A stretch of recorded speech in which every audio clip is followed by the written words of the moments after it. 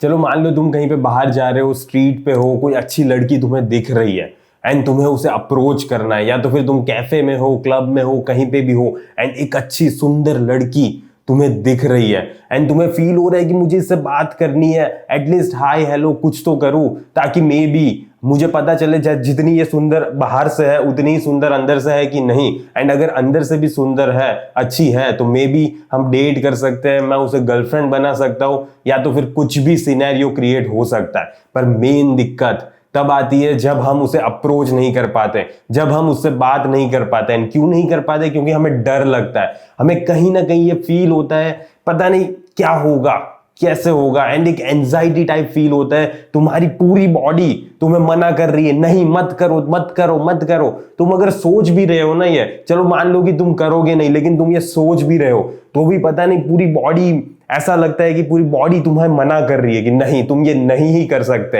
ये तुम नहीं कर सकते, ऐसा बोलती है। तुम्हें ये फील हुआ है? अगर तुम कभी सोचोगे भी ना तो भी तुम्हें ये फील होना स्टार्ट हो जाएगा। ये एंजाइटी ये रियल है।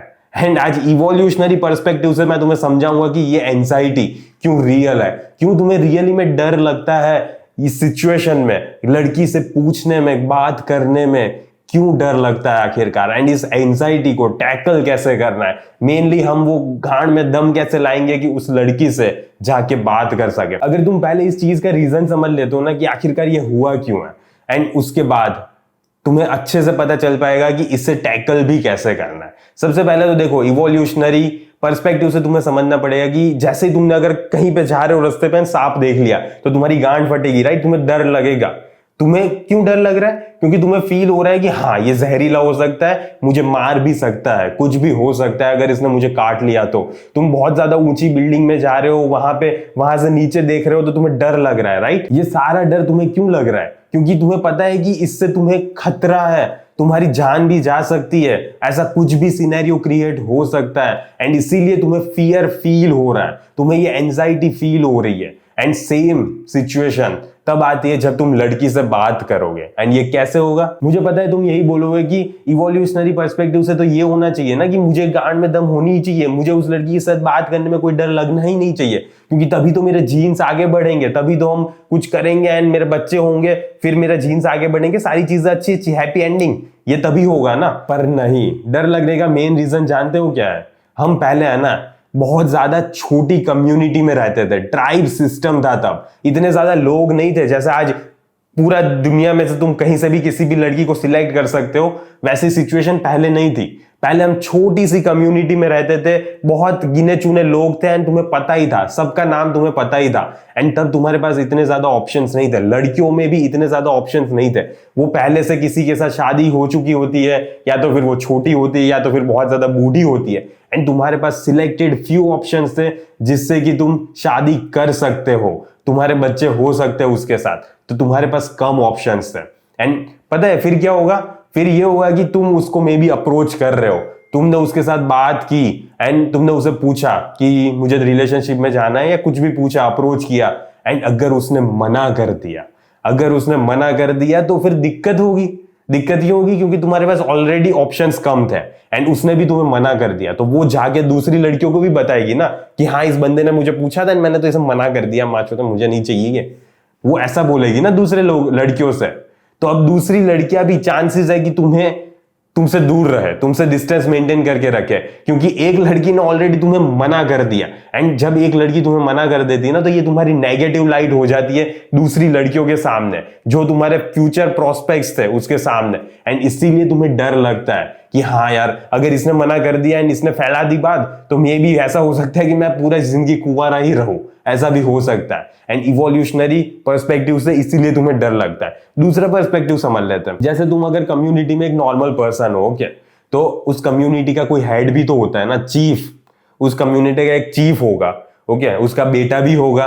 एंड तुमने किसी सुंदर लड़की को अप्रोच कर दिया तो वो तो फिर तुम्हारी गांड मारेगा ना।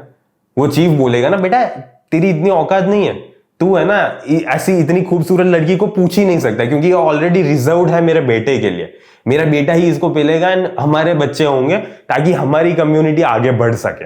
ऐसा होता है। तो अभी क्यों डर लग रहा है तुम्हें? अभी तुम्हें इसलिए डर लग रहा है क्योंकि मान लो तुम 7 हो 6 हो एंड तुम किसी 8 या 9 लड़की को अप्रोच कर रहे हो, उसको जाके मिल रहे हो एंड उससे पूछ रहे हो कुछ भी, तो तुम्हें डर इसलिए लग रहा है क्योंकि तुम्हारे माइंड में कहीं ना कहीं ये तुम्हें फील हो रहा है कि अभी मे बी चैट आएगा कोई एंड तुम्हारे कंधे पे हाथ रखेगा, बेटा क्या कर रहा है तू, तेरी इतनी औकात नहीं है, ये मेरी बंदी है, ठीक है चला निकल यहां से।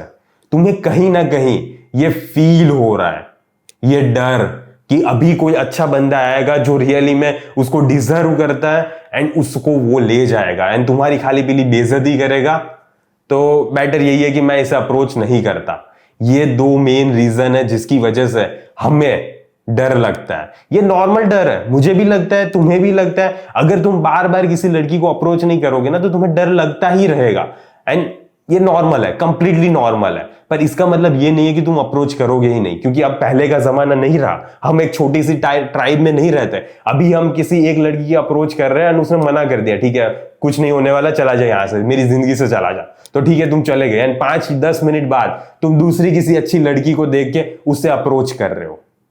तो ये सारा डायनामिक्स चेंज हो गया है। अभी हमें वो सारी चीजों की सोचने की जरूरत नहीं है एंड जो भी तुम्हारे दिमाग में, हमारे दिमाग में इवोल्यूशनरी पर्सपेक्टिव से डाल दिया है ना, उस सारी चीजों को, वो डर को हमें बाहर निकालना है, क्योंकि अभी वो अप्लाई नहीं होता। समझ रहे हो? तो अभी वो अप्लाई नहीं होता, तो अभी हमें वो सारी चीजें कंसिडर करने की जरूरत ही नहीं है।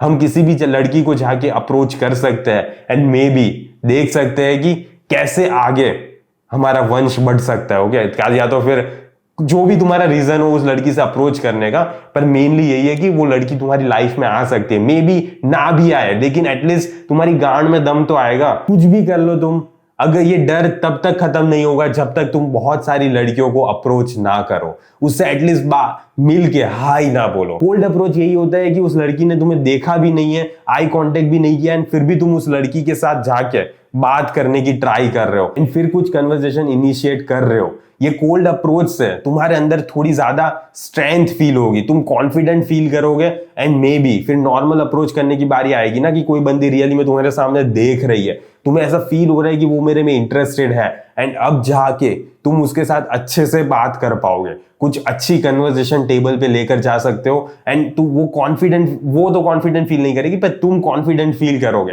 एंड लड़कियों को भी डर लगता है, ठीक है, तुम कोई भी बंदा ऐसे ही रैंडमली जाके उससे बात करने लग रहा है तो उससे भी तो डर लग रहा है ना, तो पहले तो उससे तुम्हें कंफर्ट जोन में डालना पड़ता है कि नहीं मैं कोई ऐसा गुंडा नहीं हूं, मतलब ऐसे ही तुम्हें थोड़ी कन्वर्सेशन थोड़ी लाइट करनी पड़ती है जिससे कि वो थोड़ा ज्यादा ही अपने गार्ड्स अप ना कर ले, वो थोड़ा ज्यादा ही पैनिक सिचुएशन में फील ना करे अपने आप को। पर उससे पहले तो तुम अपने आप से कंफर्टेबल होने चाहिए, जो भी चीज तुम्हें बोलने वाले हो वहां पे वो तुम्हें पता होनी चाहिए एंड सारी चीजें अच्छे से कर रहे हो। अच्छे से तो ऑब्वियसली स्टार्टिंग में नहीं हो पाएगा, लेकिन धीरे धीरे सारी चीजें अच्छी होती चली जाएगी। तो यही है, समझ रहे हो कि तुम्हें डर लग रहा है वो नॉर्मल है, कोई दिक्कत नहीं है, डर लगने दो। पर तुम इस डर से अपने आप को, ये फियर को हावी नहीं होने दे सकते अपने आप पे। तुम्हें ये स्टार्ट करना पड़ेगा, तुम्हें लड़की से बात करनी स्टार्ट करनी पड़ेगी, इनिशिएट तुम्हें ही करना पड़ेगा, तभी जाके वो लड़की तुम्हारी लाइफ में आ पाएगी, वरना फिर भूल जाना। बस आज के वीडियो के लिए इतना ही एंड मुझे आशा है कि रियली में तुम्हें इस वीडियो से कुछ सीखने को, समझने को मिला होगा एंड अगर मिला है ना तो लाइक एंड सब्सक्राइब कर देना ताकि ये चैनल ग्रो होती रहे। ओके एंड बस टाटा, सिया, फिर मिलेंगे चलते चलते।